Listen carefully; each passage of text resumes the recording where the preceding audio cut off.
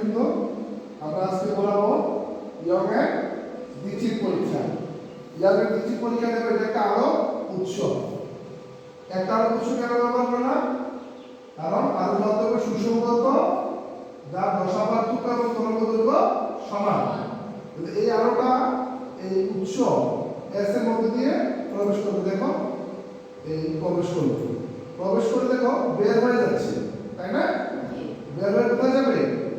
আরো একটা প্রতিবন্ধকের মধ্যে দুটা চিহ্ন রেখেছি আমরা, S1 এবং S2। S1 এবং S2 এর মধ্যে যখন প্রবেশ করবে দেখো আলোটা একটা উৎস থেকে আসছে, তাহলে এখানে আসা এটা তরঙ্গদৈর্ঘ্য যা, এটার মধ্যে যা তরঙ্গদৈর্ঘ্য কি হবে? একটা তরঙ্গদৈর্ঘ্য এবং একটা তরঙ্গদৈর্ঘ্য, একটা দশা পার্থক্য এবং একটা দশা পার্থক্য সমান। তোমাদের এই দিকগুলো হবে, হ্যাঁ শুরুর দিকে। তারপরে দেখো আলোটা একটার উপর একটা উপরিপাতিত হচ্ছে। উপরিপাতিতের ফলে এই যে পর্দা কোথাও অন্ধকার করা, কোথাও উজ্জ্বল করা তৈরি করবে, তাই না?